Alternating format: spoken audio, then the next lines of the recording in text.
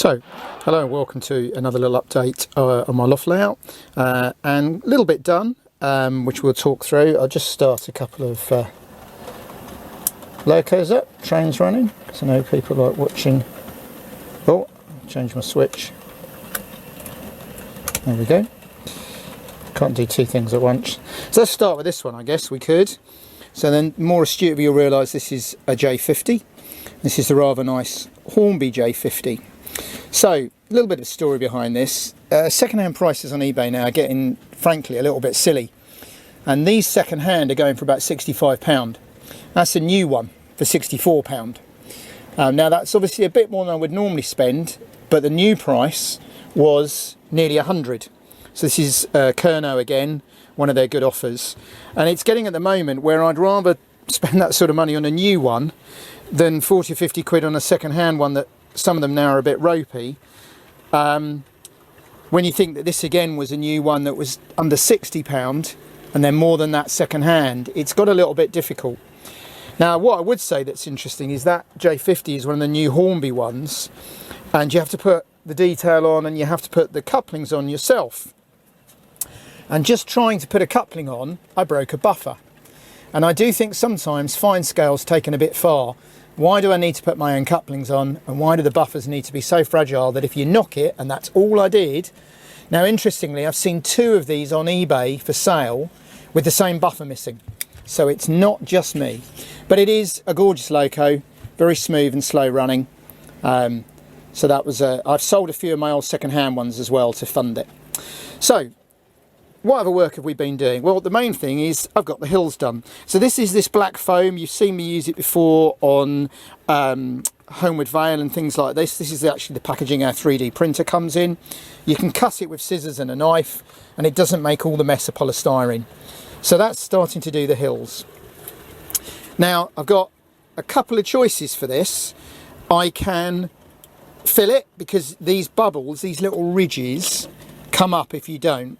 So I can use filler, and then I can either static grass it or scatter it, which looks very good. But what I might do is try using ballast mat, which I've seen used a lot on continental layouts. I've tried it, I did it on Homeward Vale and it worked. Basically you glue the mat here, fold it over and glue it, moisten it down. So I may have a go at that. So the hills are coming along. So I've got a little farm here now. So this is a lot of the other work that was done this week, is working on buildings again. So that's had a sort of wash to try and pick out the mortar. That's had a wash and a dry brush on the roof. And that's had the mortar. Now, thanks to Jason Pierce, where I realised if you water the paint down, it runs into the brickwork better. So this is going to be a nice little farm, which will be a nice feature, but not too overpowering. And then this is the windmill off our very first layout, Roseland Hill. And it's had a black wash and a bit of a work on the brickwork. It needs a bit more work still on the actual blades of the windmill.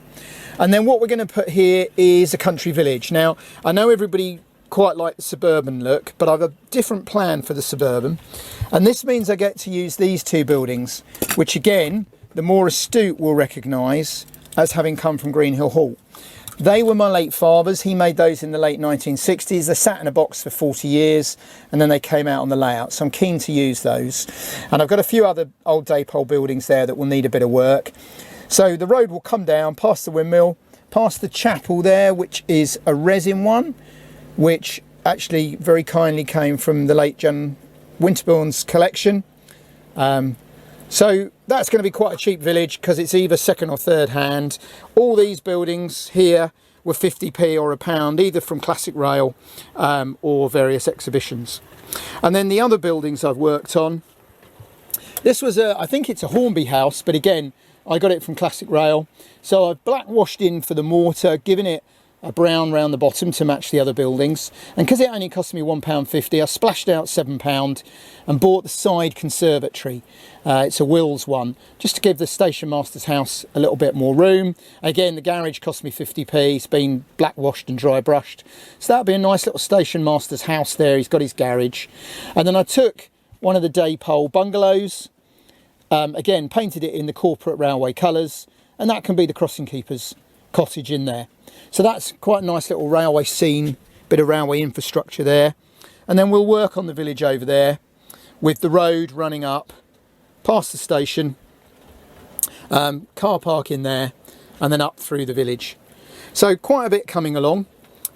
Still quite busy doing other things, but it's coming along. So where the J50 is passing now, that'll be another hillside, so it'll be a bit green. But as I say, don't worry, suburban fans, I have several other plans. But what's working at the moment is getting one side done. I'm kicking ideas around, so this layout might go. It is a great shunting layout, but it doesn't really fit there. It means lifting the track. It puts the track in the wrong place over here. It doesn't like going under that beam. It ruins the clearance.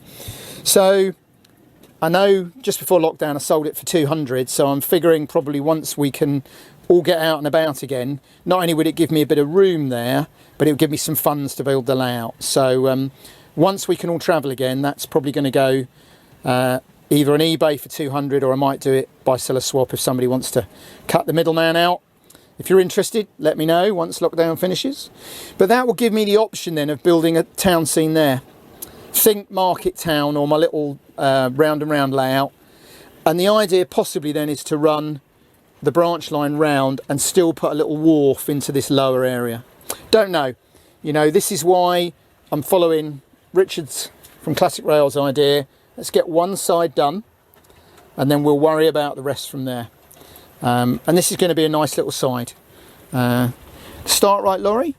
Some of you may remember that in a previous video. So I worked in the shoe trade for nearly 17 years. I sold thousands of pairs of Start Right children's shoes.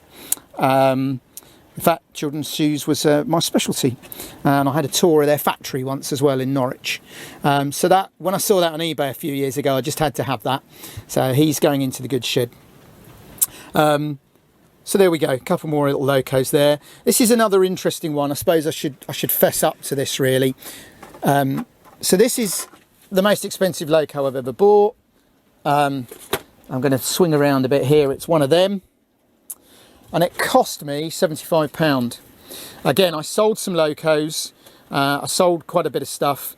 I got a little bit of commission from clearing John's stuff from his family.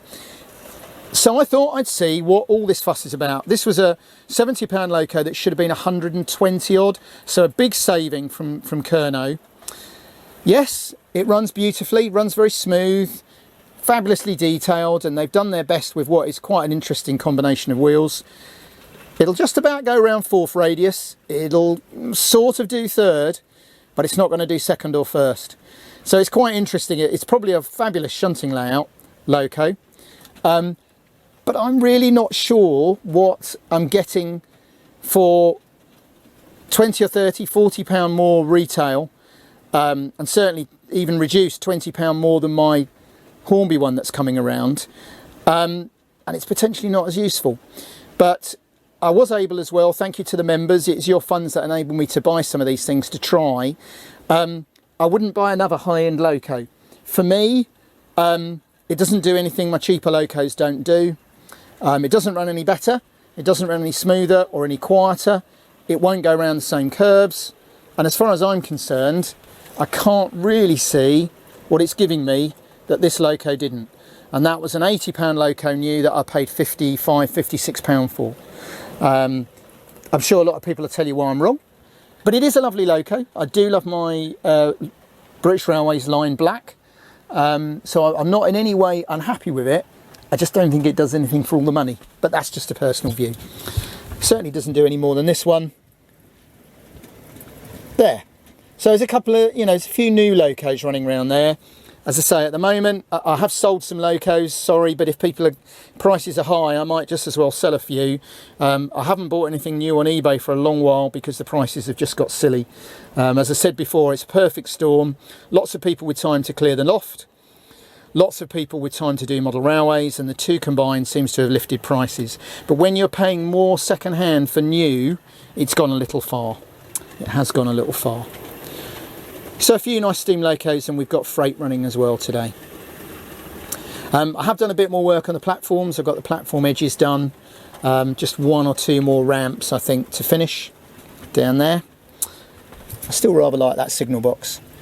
I still don't see where anything that's costing £20 or more is any better than that, and that cost me under a tenner. So although yes, I've splashed out a bit on locos, the actual infrastructure in the buildings are very cheap, and of course they're all running second-hand wagons, so it's an interesting compromise. All in all, that's going to be a nice little scene when it's finished. So there we go. We've talked about hills this week. We've talked about buildings, which I've covered in earlier videos. Quite a lot of buildings by the time it's finished. And we've spoken a little bit about locos and new prices. So a little bit for something for everybody there. And we should have another little update in a week's time. I may not have got a lot done on the layout. We're hopefully returning to training in about a month's time with the Army Cadets. And you would not believe the amount of work that is creating, albeit that I'm supposed to be a part-time volunteer. It doesn't feel like it at the moment. Trying to get them all back, a bit like education, safely and training. It's taking quite a lot of time, and we've got other jobs around the house as well that need doing, so railways are taking a little bit of a back seat. But a nice little loco, that. New, but a good saving, which I guess is what it should be about. I'm sure some Rivet Ganter is going to tell me it's a departmental loco and why is it pulling trains, but you all know my answer to that one. I don't care. I run what I like. I'm going to in one video get a Deltic shunting in the goods yard, because Deltics never ran freights and they certainly didn't shunt goods yards. So I'm looking forward to doing that, just to see the howls from the rivet counters. But it's getting quite a nice look now, isn't it? I think what I liked as well is that this bridge, which could be very dominant if it was more end on, kind of blends into the scenery. You almost don't notice it. But it does look nice, and it'll be a good scenic break there. So there we go. That's probably enough from me for this week.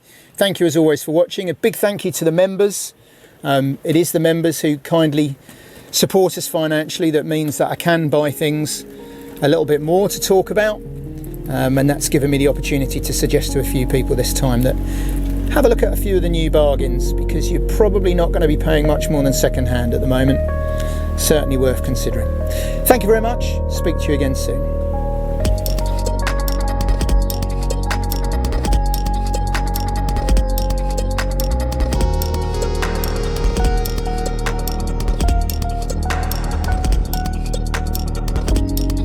Hi, thanks for watching the video and for the nice comments.